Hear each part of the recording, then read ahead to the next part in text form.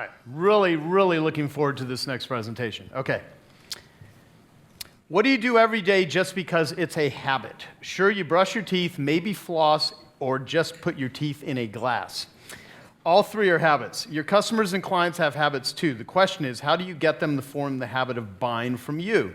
You need to hook them. Best-selling author, Stanford lecturer, business creator, and as MIT Technical Review called him, the prophet of habit-forming technology that hooks the user.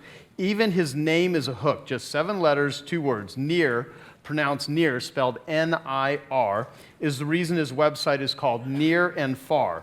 His title is Hooked, How You Can Build Habit-Forming Products. The author of this amazing book, please welcome Nir Eyal. Hey, Jim. Thanks so much. Thank you. Appreciate it. Thank you. So we've all seen how the products we use can have a profound impact on our day-to-day lives.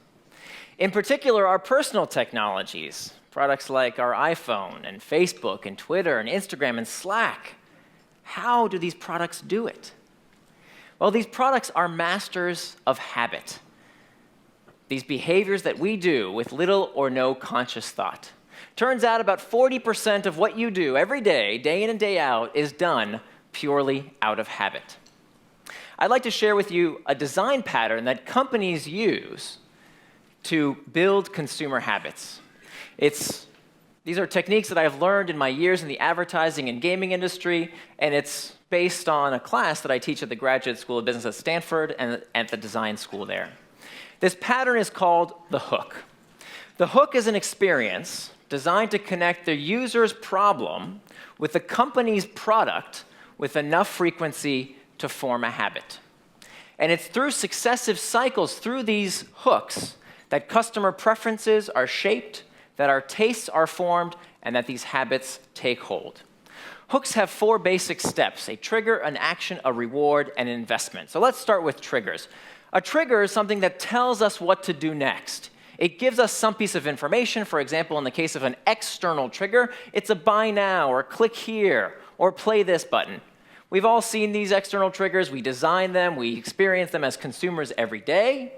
But what you might not consider enough, and what turns out to be absolutely critical to forming these long-term habits, is creating an association with what's called an internal trigger.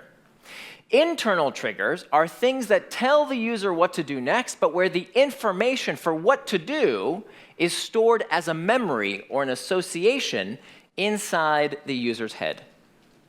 So what we do when we're in a particular place, around certain people, partaking in a certain routine, and most often when we experience certain emotions, dictates what we do next with little or no conscious thought. And it turns out the most frequent internal triggers are not just any emotion, but they are specifically negative emotions. So what we do when we're feeling bored or lost or indecisive or fatigued, what we do when we experience these negative emotions tells us what to do next with little or no conscious thought. In fact, there was a great study a few years ago that found that people suffering from depression check email more. I just saw about 3 people put away their phones. I'm not sure what's going on there. This study found that people who suffer from clinical depression check email more. Why? Well, it turns out that people suffering from clinical depression experience what psychologists call negative valence states. They feel down more frequently than the rest of the population. And what are they doing to boost their mood, to get out of that negative valence state? They're going online. They're checking their devices more often than the rest of the population. But of course, we all do this to some extent, don't we? We all use our products and services to modulate our mood. Where do we go when we're feeling lonely? Facebook, of course. Where do we go when we're unsure about something? Before we scan our brains to see if we know the answer, we're Googling it. And what about when we're feeling bored? You know, between 2 and 4 o'clock in the afternoon, you have that big project you don't feel like doing right now. Where do you go? You check YouTube and stock prices and sports scores and Pinterest. All of these solutions triggered based off of this internal trigger of boredom. We don't like that sensation, and we look for relief in the products and services we use. So after the internal trigger has prompted us to action, that's the next phase of the hook. The action phase of the hook is described as the simplest behavior done in anticipation of a reward. The simplest behavior done in anticipation of reward. It's something as simple as a scroll on Pinterest. It's a search on Google. It's hitting the play button on YouTube.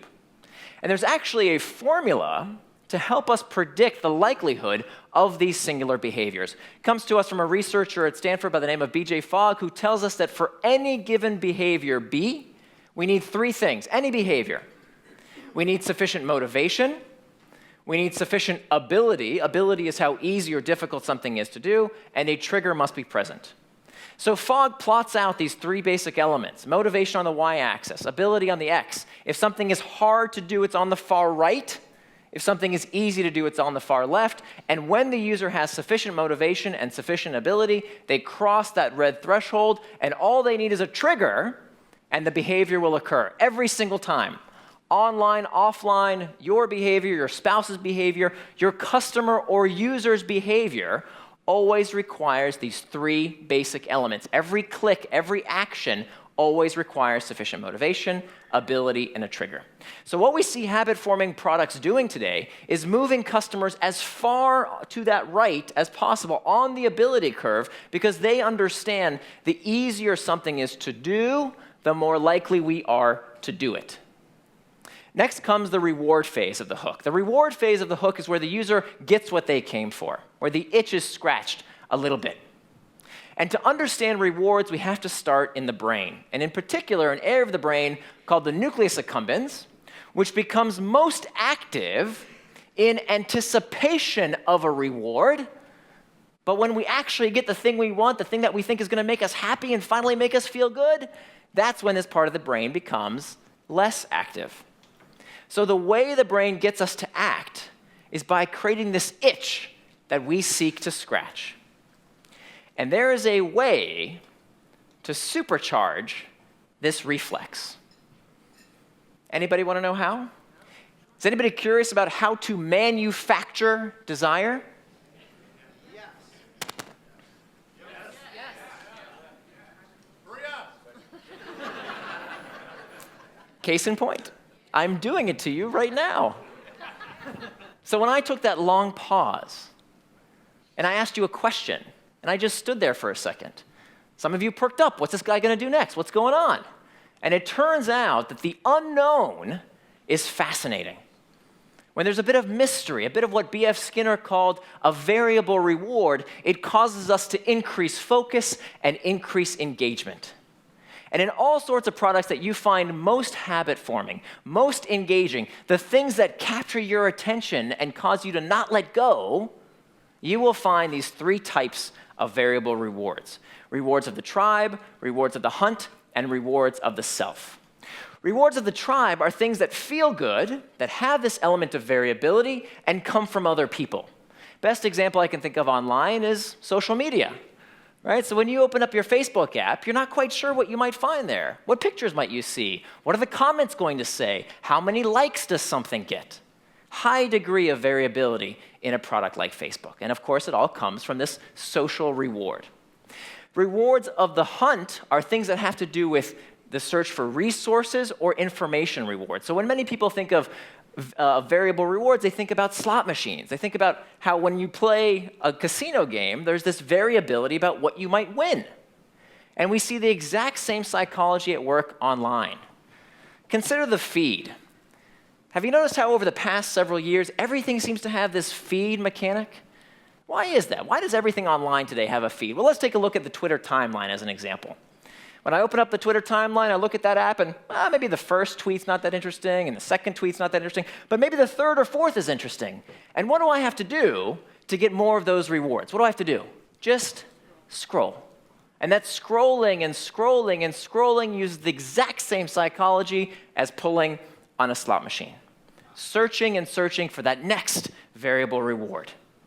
And finally, the rewards of the hunt, or of the self.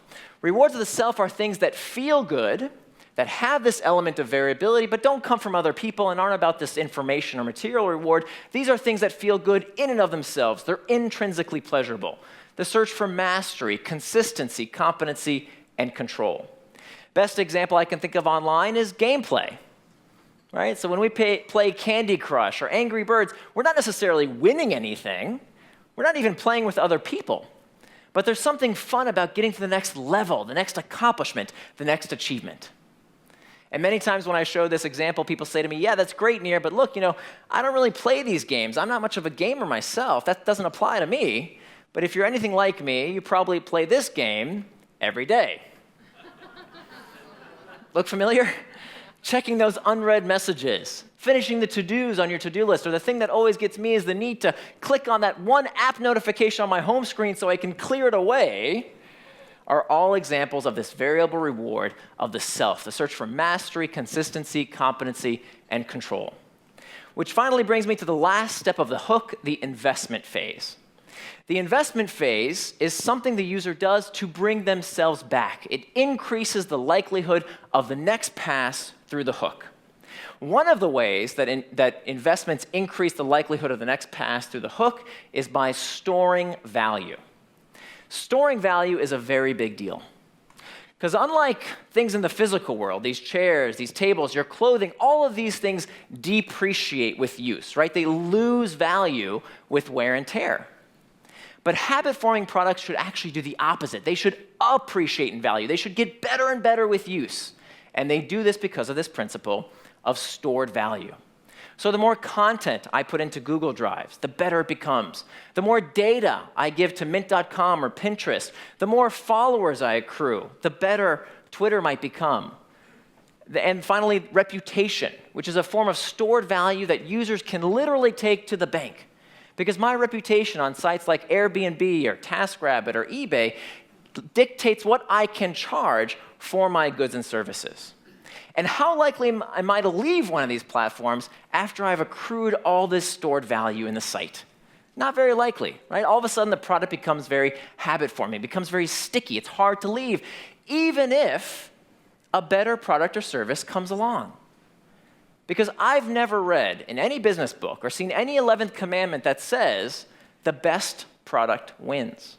There's no rule that says the best product has to win. In fact, it's the product that can capture a monopoly of the mind that can hold on to the market.